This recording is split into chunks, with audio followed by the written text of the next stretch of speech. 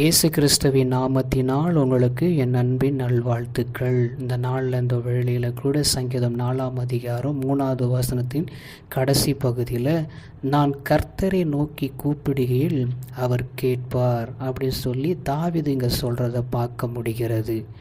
ஏன் அப்படின்னு சொல்லி பார்க்கும் பொழுது சங்கீதம் 4வது அதிகாரம் அதே 3வது வசனத்தில் ஃபஸ்ட்டு வரியை பார்க்கும்பொழுது பக்தி உள்ளவனை கர்த்தர் தமக்காக தெரிந்து கொண்டார் என்று அறியுங்கள்.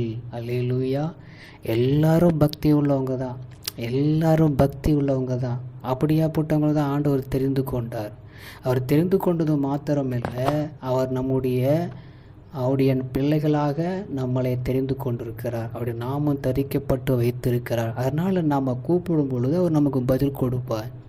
இன்றைக்கி நிறைய பேர் நம்ம என்ன பண்ணிட்டுருக்கோம், நிறைய பேர் நம்ம கூப்பிட்டுருக்கிறோம், எனக்கு உதவி செய்யுங்க, அப்படி பண்ணுங்க. ஆனால் ஒருத்தரும் காது கேட்டும் காது கேட்காத மாதிரி போகிற நிறைய ஜனங்கள் இருக்கிறாங்க. ஆனால் கர்த்தர் நம்ம நோக்கி கூப்பிடும்போது அவர் நமக்கு கேட்பார், பதில் கொடுப்பார். உடனே நமக்கு தேவையானது அவர் செய்ய வல்லவராக இருக்கிறார். அதனால் அவர் நம்ம நோக்கி கூப்பிடுவதுக்கு காரணம் பக்தி உள்ளவனாக இருந்த நம்மளை அவர் தெரிந்து கொண்டதுனால, கர்த்தர் மேலே நம்ம அன்பு செலுத்தினதுனால, கர்த்தர் நம்மேல் அவர் அன்பு வைத்து நாம் அவரை பக்தியாய் தெரிந்து கொண்டதுனால கர்த்தர் நம்ம என்ன பண்ணுவார், அவர் நம்ம நோக்கி கூப்பிடும் பொழுது அவர் செவி கொடுக்கிற தகப்பனாக இருக்கிறார். ஜெபம் பண்ணுவோம். எங்களை கிருபையாக நேசிக்கிற எங்கள் அன்பின் நல்ல தகப்பனே, நாங்கள் உண்மை நோக்கி கூப்பிடும்போது எனக்கு ஆண்டவரே நீங்கள் மறு உத்தரவு கொடுத்து எங்களுடைய ஜெபத்துக்கு என் சத்தத்தை கேட்கிற தகப்பனாக இருக்கிறதுக்காக ஸ்தோத்திரம். நாங்கள் கூப்பிடுறக்கும் ஆண்டவர் குக்குரலுக்கு ஆண்டவர் நீங்கள் கேட்கறதுனால உமக்கு நன்றி. அப்படியே அந்த நாள் முழுவதும்